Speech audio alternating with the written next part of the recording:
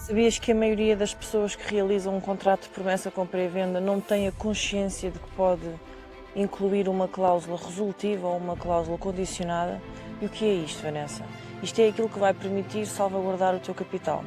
Quando compramos um imóvel, nós temos que dar um capital de entrada, por norma os 10% do valor da compra, não é? E eu, quando dou esse capital, a maioria das vezes entrego no contrato de promessa compra e venda.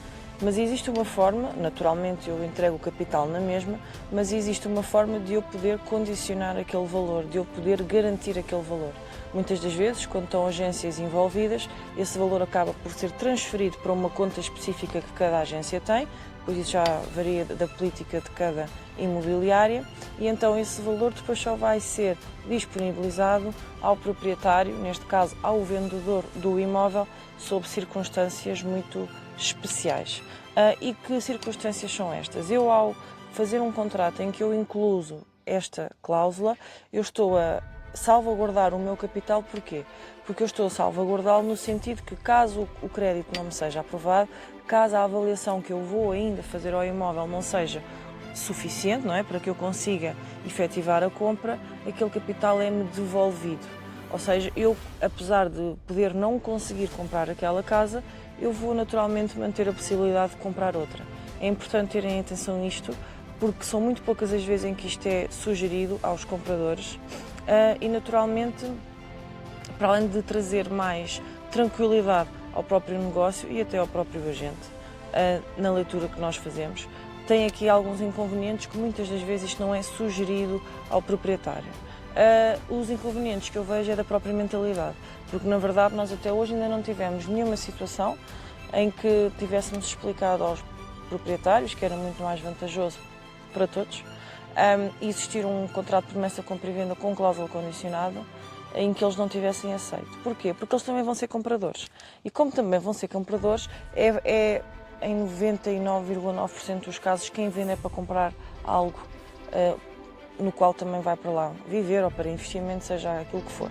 Mas, essencialmente para habitação própria permanente, o que é que acontece? Acontece que, como eles também vai comprar, é fácil ele perceber que quando estiver do outro lado, ele também vai querer salvaguardar o capital.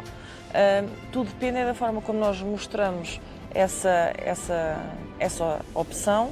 Naturalmente, como em tudo na vida, não é? Tudo depende da forma como nós mostramos as coisas às outras pessoas e como nós explicamos as coisas às outras pessoas. Por isso, quando estiver a comprar a casa, quem estiver a comprar a casa, certifique-se que no contrato de promessa compra e venda insere a cláusula resolutiva ou a cláusula condicionada, porque é a única forma que tem de salvaguardar o capital, caso o crédito não seja aprovado, caso a avaliação não seja o suficiente para que eu consiga comprar a casa, e assim eu garanto o capital na mesma, o proprietário fica com o imóvel na mesma, por norma são processos rápidos, atualmente os processos de aprovação estão a levar nem chegado a 2 semanas, e o proprietário fica com o imóvel na mesma e vocês ficam com o dinheiro para não podem comprar aquela, ok, mas avançam para outra. Sendo certo que se não fizerem cláusula condicionada e disserem que entregam X% de capital para a entrada, os tais mínimos 10% por norma que eu vos falo, para além de quando o entregam, ele vai diretamente para a conta do proprietário, já não passa então por aquela conta das agências como eu vos estava a falar, é entregue diretamente ao proprietário e depois ele faz com o dinheiro aquilo que bem entender. E neste caso vocês aqui perdem o capital, ok? Muitas das vezes isto não é passado, porque de certa maneira é para fazer um bocadinho de pressão depois ao comprador para que ele vá atrás do restante capital.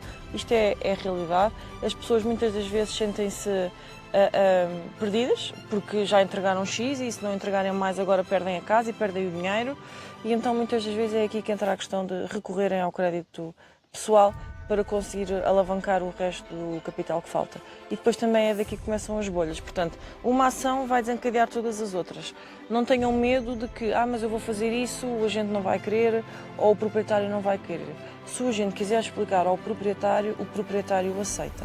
Não tem como não aceitar, porque não faz sentido não aceitar do ponto de vista da lógica, que é quando ele for comprador é só tirá-lo da posição de proprietário e colocá-lo na posição que passados uns meses vai ter, que é de comprador.